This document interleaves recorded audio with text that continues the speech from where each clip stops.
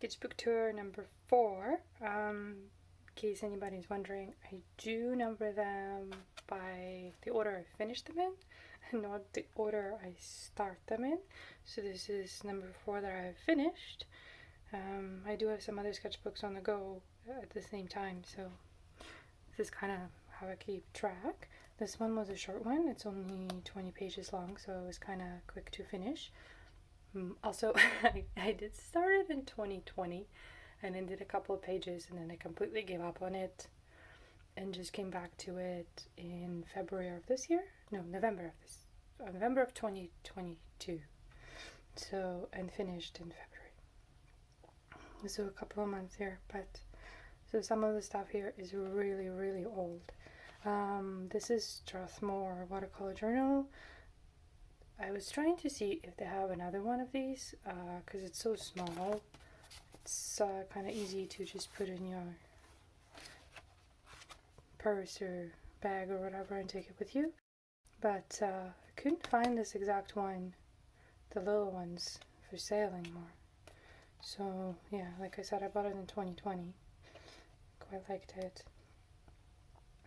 It's not my ideal paper, but it worked well.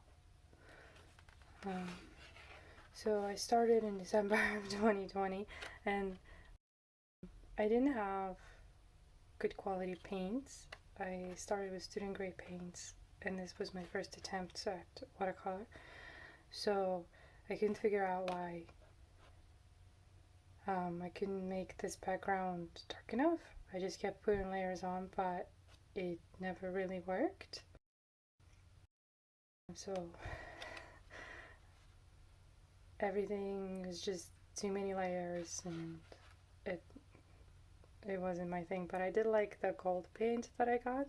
That gold one is from the Van Gogh collection, and these ones are very, very nice.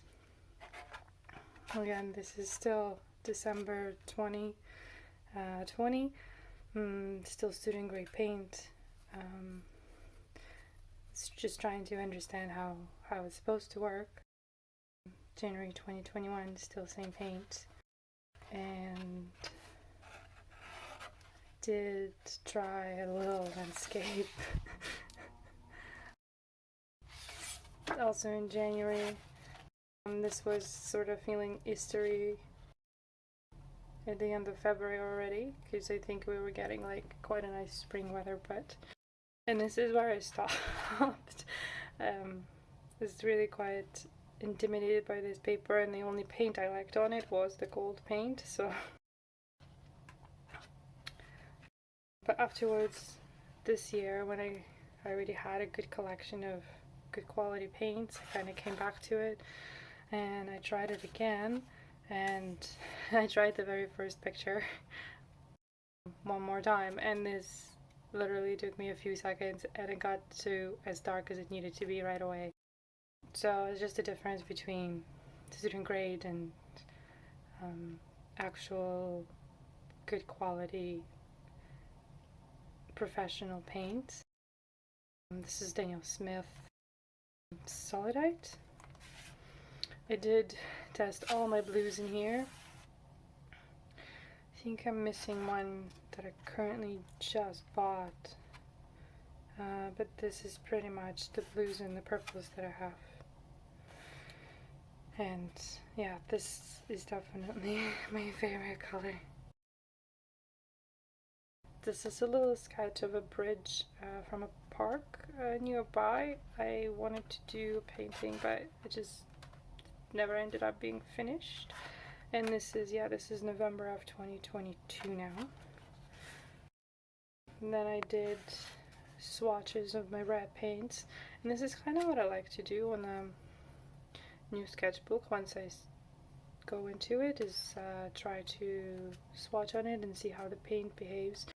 This one is Sour Violet from Jasper Stardust, and I love this one because it falls apart into like a burgundy and a blue color, but it didn't quite do it on this paper. So this paper is good, but it's not the best for some of the paints. I did amputate a page here because I did a painting and I gave it away, but I didn't like not having, just having a stump. So I ended up gluing in paper from a different sketchbook in here just so it actually has a page and not a stump in it.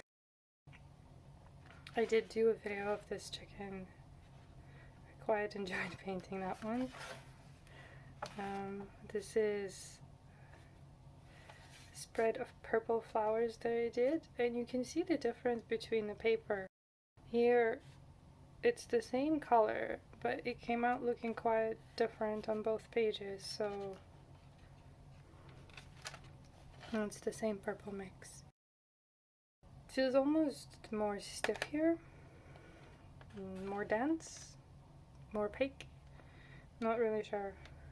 It's still very decent paper. I like how thick it is, and it does take a lot of water, so maybe I'm just not using enough water with it. I'm not entirely sure. This is my absolute favorite spread in this sketchbook. Do enjoy pomegranates quite a lot, and I have drawn them before a few times, and this is probably my favorite rendition so far. Just like how round and red they are. I tried to do a bit of a still life, and this was from a book on how to draw that I have, and this is from my own picture. I didn't like how this turned out, so I'm gonna try it again. But I'm glad I tried it here. This was actually a really good reference picture, so I'm gonna try this one again for sure. This was just a spread we did after the trip to the local museum. It has a lot of stuff in it. They had a really nice bug exhibit. This was done from a really old radio, and this was the speaker design. I really quite liked it. It also had legs and whatnot, but I was trying to do the aged copper because it's just out of stamped or pounded out copper. It's a beautiful box, but the museum is quite dark, and when you take reference pictures there, they don't end up being the best. But I think I kind of got the look of it. Skull of a saber-tooth. Skull of a little bird. I think it's related to the crows. I have to look up the reference. I don't remember anymore. I did enjoy the rock collection. It's fun to see all the different patterns and colors that you get in the rocks, and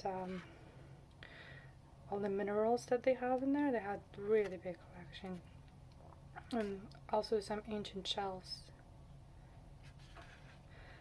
This was a really fun spread to do. I quite enjoyed it. This one is from a tutorial that I did from a YouTube video. I did like parts of it. I forgot that you can kind of pause those things and think about what you're doing and not just like rush along with it. So next time I'm gonna try that. But yeah, I'm still trying to learn how to do architecture and how to choose colors for the greenery and all that stuff. I was kind of happy with the sky. Maybe it's a little too pale, but it's not bad. The shark. I really wish I did more contrast on this shark. Sometimes I think it's enough, but it's not. And then for the last page, I did these lemons, and I noticed that I didn't like them right away because there wasn't enough contrast here, and then trying to put darker color on the leaves afterwards just sort of made it look overworked almost right away. So since it was the last page, I thought that'd be a good way to start a new sketchbook. And I liked this copy way better. because I already knew how to go in with the contrast here as opposed to the original. I don't know if I can do them side by side and fit them into the screen.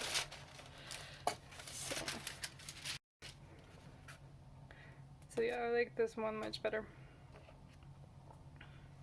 And that was it. That was the last page. This is quite a short sketchbook, and now it's done. On to the next one, which is the Etcher sketchbook, and this one is hot press. And I've never worked on hot press before, so, and it's quite big. I don't know how long it'll take me to finish this. I just started. So we'll see about that. Thank you.